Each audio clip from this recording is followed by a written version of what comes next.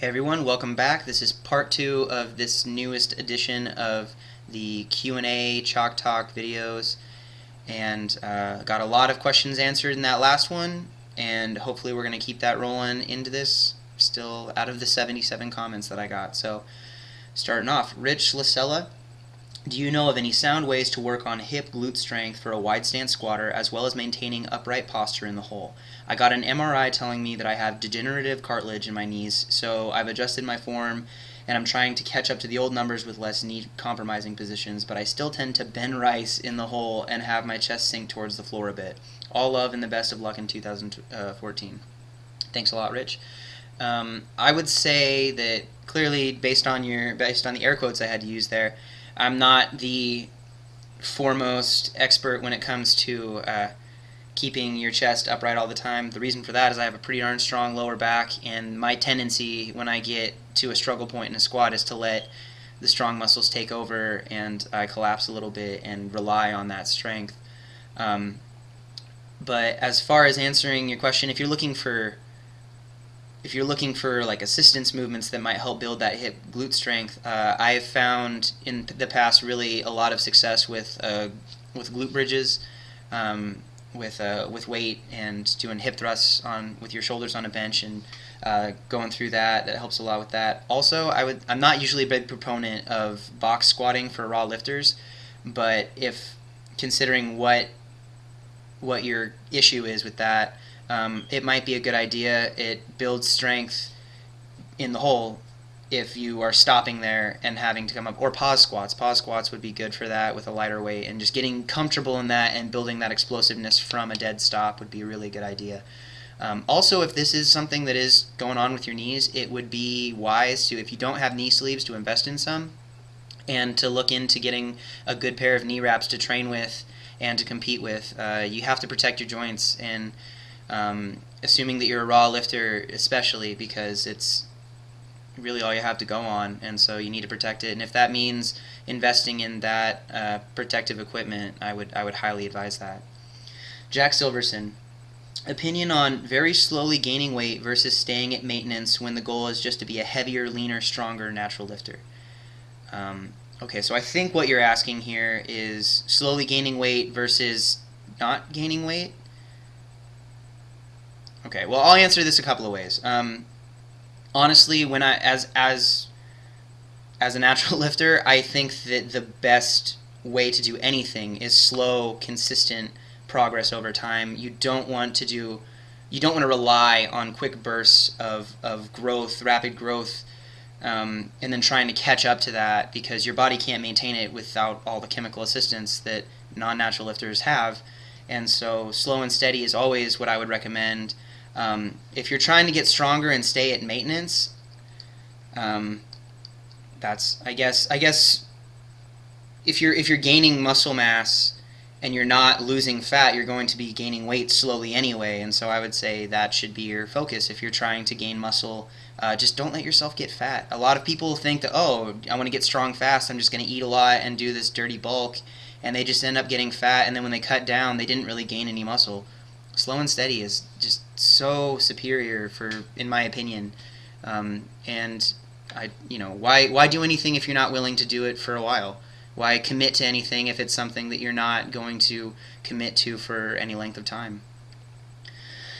Christian Marcos, what's more important to you? Absolute strength, impressive to you, my mistake. Absolute strength, just moving as much weight as possible, or proportional strength, moving weights that are heavier relative to one's body, 3 or 4 times body weight deadlift, 2 times bench, etc. I think that strength is relative, and things that impress me is relative to the individual.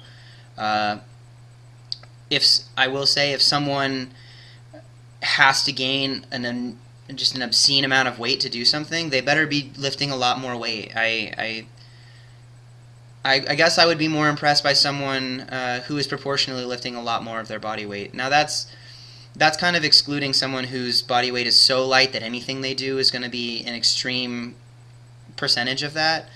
I think I am most impressed by middleweight lifters that are lifting as much as heavyweight lifters, generally in my experience, because there's kind of a bubble from like the one 180 pound range to like a 240 pound range that to me is ridiculous whenever I see those guys lifting what the heavier guys do. When the first time I ever saw Dan Green total over 2,000 pounds at, you know, in that range of between like a 220 to a 242 pound lifter, that just blew my mind that someone could do that. And I think as someone gets heavier, I just have higher expectations to what they're going to lift, especially because of where my numbers are. I think I am more considered impressive by the body weight conversion than I am absolute strength. Although I don't think that anytime you're lifting a weight that is more than an average person, that's impressive to me. I don't have any. You know, there's not this realm of like once you get to here, I'm impressed. I'm impressed by anybody who puts in the time and effort to improve themselves and get better at this thing. There's not a whole lot of giving back from powerlifting to you except for personal betterment. And anybody who takes that road is impressive to me, and I respect them for it. I have respect for all competitive lifters and people that do it just to better themselves and aren't competing. Jack Silverson again. If you could jump into a giant bowl of anything, what would it be? Love. I would jump into a giant bowl of love, and possibly marshmallows and pudding thrown in there. So love, pudding, marshmallows, any combination of those things. Preferably a very big bowl, like a pool bowl, mostly love though. Anyway, Frasco Fidel. What do you recommend I do when I have two main goals? One, build muscle, and two, become a powerlifter and actually be able to compete with some respectable numbers. I would recommend being conscious of your diet and what it consists of, making sure that you are training consistently over a long period of time, and focusing on your recovery, your rest, and other aspects. If you do those three things, you will see improvement. And again, like I said, strength is relative, and something that is impressive to someone is relative. And so, what are respectable numbers? That's so subjective. If you are working to get better, whatever your numbers used to be, that improvement is what makes them respectable. And so, try not to compare yourself to other people, because all that really matters is how you are growing as a person through this. That's all this should be. It shouldn't be about beating someone else, because you can never control where they're coming from, what they're doing, or how their growth is affecting them. It all comes down to what you can do as yourself. Personal growth, that's what it's all about. Fidel Guajardo. Thoughts on having to go on a cut to meet weight class and how to not lose strength while doing so. I have not done very well in the past with extreme weight cuts. Some of my contemporaries, guys like Dan Green or T. Cummins, who's another strength crew athlete, has had really a lot of success with maintaining his strength even with a severe weight cut. Personally, when I cut weight, I lose my numbers a little bit, and I think a lot of natural lifters have that problem. You don't have the extra help to maintain those strength levels when your body weight's down. Honestly, I wouldn't recommend cutting for a contest unless you have a legitimate shot at some records yourself that in that other weight class. If you're just lifting for yourself, you should just go in what you're comfortable at and whatever your training weights were at, body weight wise, and not stress out about it the week before. It takes a lot of effort and a lot of work and a lot of focus that takes away from enjoying the process when you're doing something like an extreme weight cut.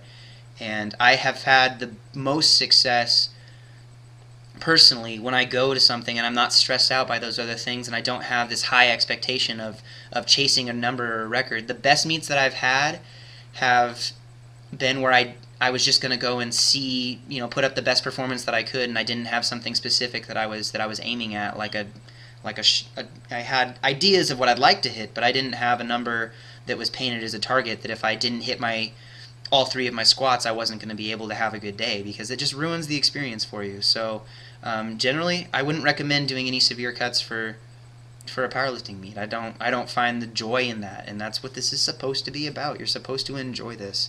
So that's my 10 minutes for this video. Going to keep trucking. A few of those were a little longer, so I'm slowing down, but I will get all these done, I promise, and they will be up within the subsequent weeks. So tune in next time. Bye.